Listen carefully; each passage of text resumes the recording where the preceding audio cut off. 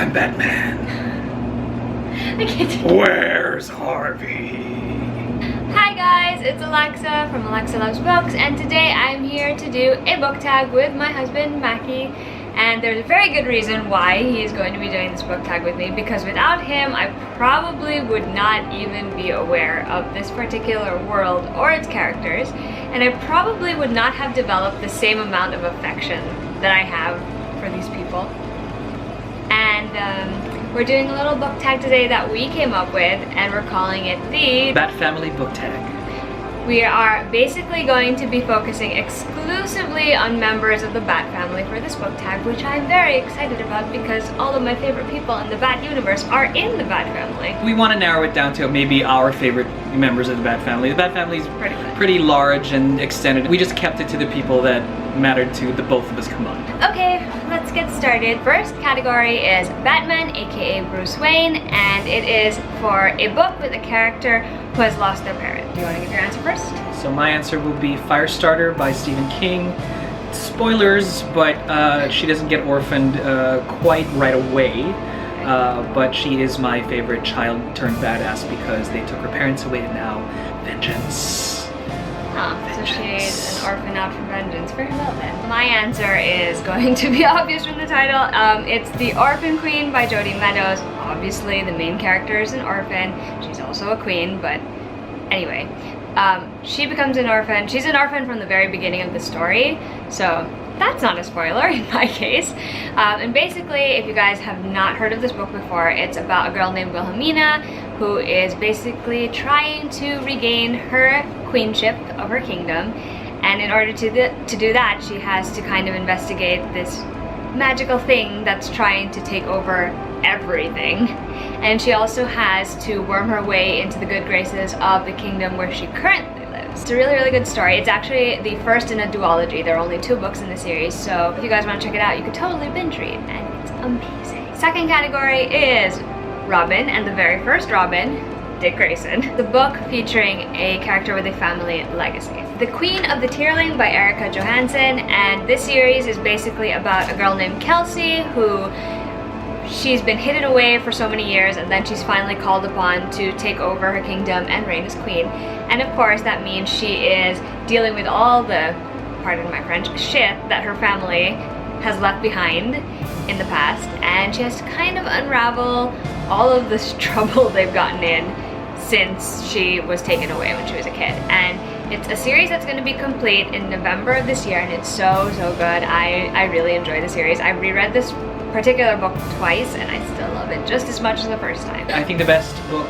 that kind of carries on family tradition would be the Trickster's Choice series. Well, Trickster's Choice and Trickster's Queen by Tamara Pierce, where the child of 2 earlier characters from another book series comes into her own and has the best of both her parents, leaning towards, one leaning towards the other, of course, but which you have to read everything Tamara Pierce, really. If you haven't by now, please do. Shameless plug, because we love Tammy. But Eliane, Pirate Soup, and Pirate Soup does carry on the tradition. The next category is also a Robin, and this time it's Jason Todd, and it's a book where the main character comes back to life. We have the same answer for this one. It's actually, we can actually show them, right? Like it's there. A tribute to the Harry Potter show. The true Lord of Death. Anyway, the book that we both chose for this was Harry Potter and the Deathly Hallows for reasons. And if you've read the series, you'll know. The next category is another Robin, and this time it's Tim Drake. And we are going for a book with a mystery in it. As far as mysteries goes, I would like to once again promote the approachable assassin genre. I have mentioned that briefly as I reviewed probably this book, if not some other book, on Alexa's blog. It's this book. And there is a rip-roaring, amazing, kind of fun little CIA mystery in The Hit, where our main character, an assassin himself, investigates why a co-assassin didn't pull the trigger, and now she's on the run. So a female assassin and a male assassin, what could possibly go wrong? They're very approachable, wonderful people underneath all of the killing. In my case, I decided to go with Serafina by Rachel Hartman, which is the first in another duology, which is also finished, if you wanted to binge read. Anyway, this is about a girl named Serafina who is half dragon, half human. And there have been a couple of killings, if I remember correctly, and they're trying to figure out who has, you know, been murdering people. And there's a lot of other stuff involved in the story. There's music, and there's a prince, and and there's dragons, obviously. I love this book. Macky's actually also read it. He also really enjoyed it. And the next category is also a Robin, but it is the only girl Robin, and it's Stephanie Brown.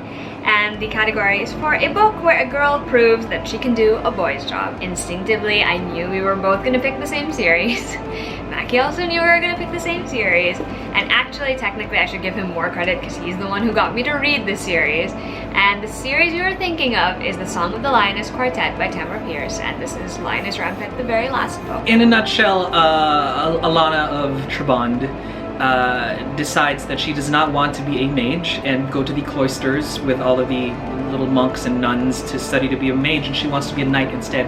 So she trades places with her twin brother and pretends to be Alan of Trebond, and for an amazing set of years fools everybody in the palace into thinking she is both a boy and both one of the best fighters and well, she warriors. is one of the best fighters. And still is. Tamara Pierce, guys. Tamara Pierce. Read her books. You can start with this one, actually. This is a great place. Next category is the most recent Robin, and that's Damian Wayne. That category is for an anti-hero. My anti-hero of choice will be... Who doesn't love Han Solo? Who doesn't? At this point in time, this little gem here, now relegated to the Legends universe. Moment of silence for the Legends universe. But this little gem right here is called The Courtship of Princess Leia. At this point in time, Han had sort of cleaned up his act, but decided to go rogue one last time to do said activities in book title. Okay, for mine, I picked Kaz Brecker from Six of Crows by Leigh Bardugo. I actually just reread this one recently, and I still love it. He runs one of the gangs in Ketterdam, which is the city in this book. And he's pretty ruthless, and he kind of puts up a good, like, cold demeanor in front of everyone. I want to poke through it because I'm pretty sure there's more under there, but yeah, I love him. In case you didn't know, by the way, Six of Crows is a book set in the Grishaverse that Leigh Bardugo created with her first series, and this basically follows 6 individuals as they team up to perform the greatest heist that anyone in their time has ever known. And it's freaking amazing. Moving on from the Robins, now we're going to go to the Batgirls. Very first one is Barbara Gordon. Good old Babs. And her category is a main character with a disability. I present to you Michael Vey, and the very, very first book of the Michael Vey series, the fun thing. Michael has Tourette's, which is apparently an offshoot of him having electrical synaptical powers. One of the strongest that anyone has ever seen. He's a product of human experimentation, and he's not the only one. And basically it's a saga of him just finding his place in the world, and the rest of his mates who are just as electrical as he is. So shout out to anybody with Tourette's. I think it's the same thing that was done with Percy Jackson for people with dyslexia. I think he has ADHD and dyslexia, right? Yeah, ADHD and dyslexia. So Percy Jackson picked Me Before You by JoJo Boys because Will Traynor, who is sort of one of the main characters, not the very main character, he's a paraplegic and he's in the wheelchair and can't move anything below, I think it's below his neck down. It's basically about a girl named Louisa Clark who is hired to take care of Will and to try and convince him that there is more to life than just being stuck in a wheelchair and angry and guilty and sad about that. So yeah, it's a really good book. I really enjoyed it. Next, Batgirl, Helena. Category is for a book that features a villainous family. And for this one, I ended up choosing Dark Triumph by Robin Lefevre, which is the second book in her His Fair Assassin trilogy, which is now complete. AKA, you can binge read it. And this book focuses primarily on a girl named Sabella, and she is forced to return home to her family where her dad is kind of a douchebag. That's an understatement. This is historical fiction, by the way, as well as being a fantasy. So yeah, she has to go sort of back into the lion's den, so to speak, and she's stuck in the situation where she doesn't want to be there, but she has to be there because her family is just crazy. It's actually really just her dad. I'm cheating on this one because it's not really a family, it's more just her dad, so yeah. But it's such a good book, you guys. This is definitely my favorite of this series, and not just because I like the guy in it. I think Sabella is also a heroine that I could really root for, and considering her background, the family she comes from, like who she becomes is such an incredible thing to witness. I also reviewed this book series on Alexa's blog. I put before you once again Cloak Society.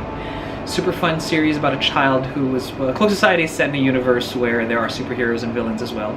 And the main characters are the children of... well, one of them is the child of one of the bad guys, basically, kind of their version of the evil League of Evil. And for him to kind of come around and go, I'm going to help the kids of the good guys. I'm going to help whatever remnants there against the Cloak Society, which is where his parents are from and are, you know, have been active, high-ranking members for a long time.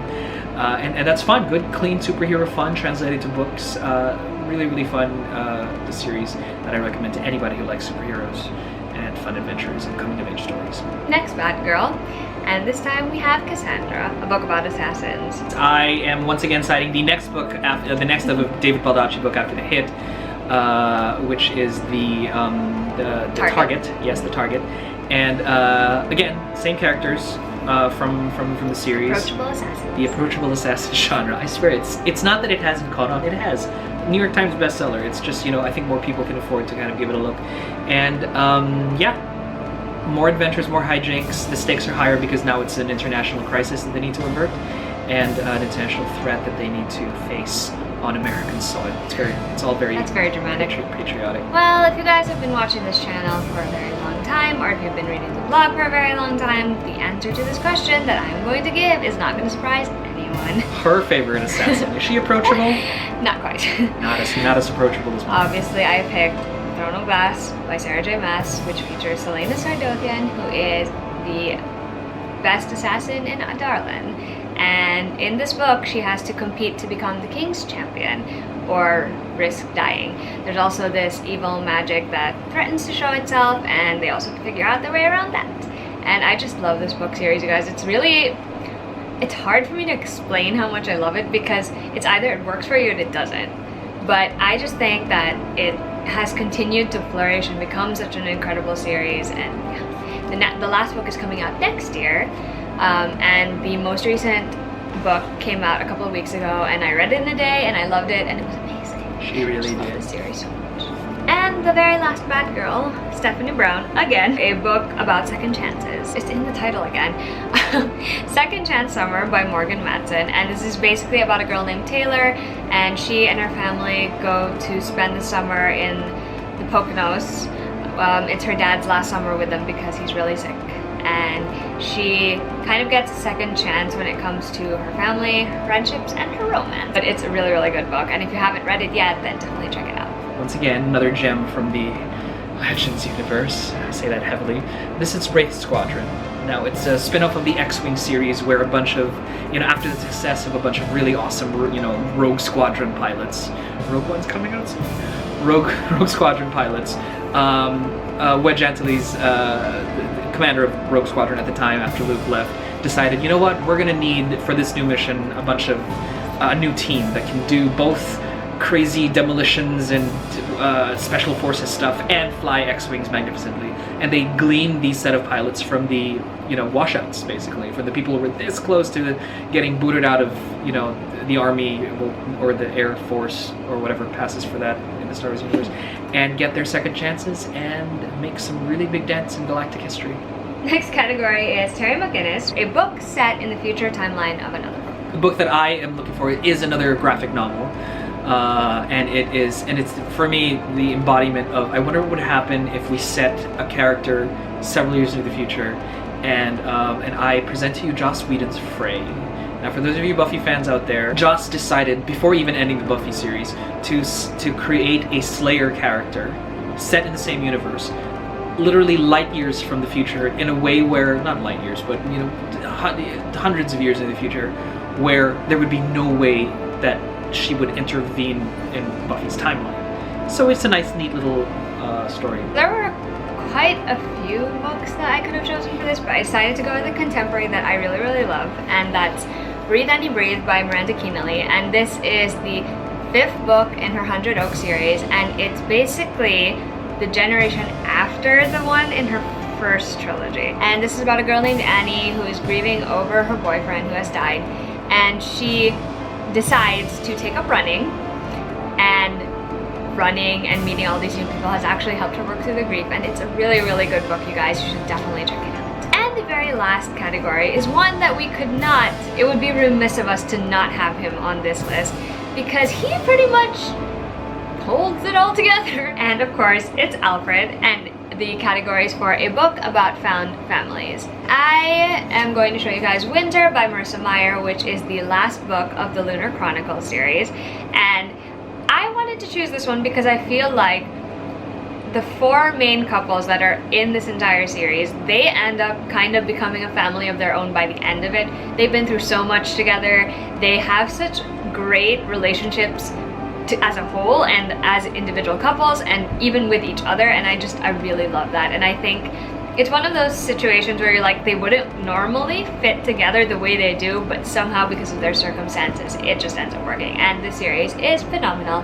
If you want like a fairy tale retelling with a sci-fi twist, then definitely check out these books. My book about found families would be, again, all things Tamara Pierce. We featured her 3 times in one universe. In one universe, that would be the Trickster series and the Alana series. Here it is another universe where 4 young mages with abilities that are very, very rare are all found across the globe and united under one roof for training, because that's what you do with people who have magic. If they're not trained, their magic gets away from them and accidents and terrible things happen. And so people who do have magic have this responsibility to go find them, and there they find mentors and teachers, and they have their own little terrible lives that they need to get away from and find each other and form a circle, a bond. There you have it, guys. That is the BatFamily book tag. And before we end this video, there are 2 people I want to tag to do it. I'm going to tag my friend C from the novel Hermit. C is my friend who also loves Dick Grayson, so I had to tag her to do it. And of course, I'm going to tag my friend Kristen over at Super Spaceship, because I know she loves the Bat Family as much as we do. I hope you guys enjoyed this video. Don't forget to link back if you're going to do the tag. And yeah, can't take him seriously when he's Nobody can like take me seriously anymore. Anyway, give this video a thumbs up if you enjoyed it, and I would love it if you subscribe to my channel. And don't worry, Macky will be back for more videos in the future, and we will see you guys soon. Bye!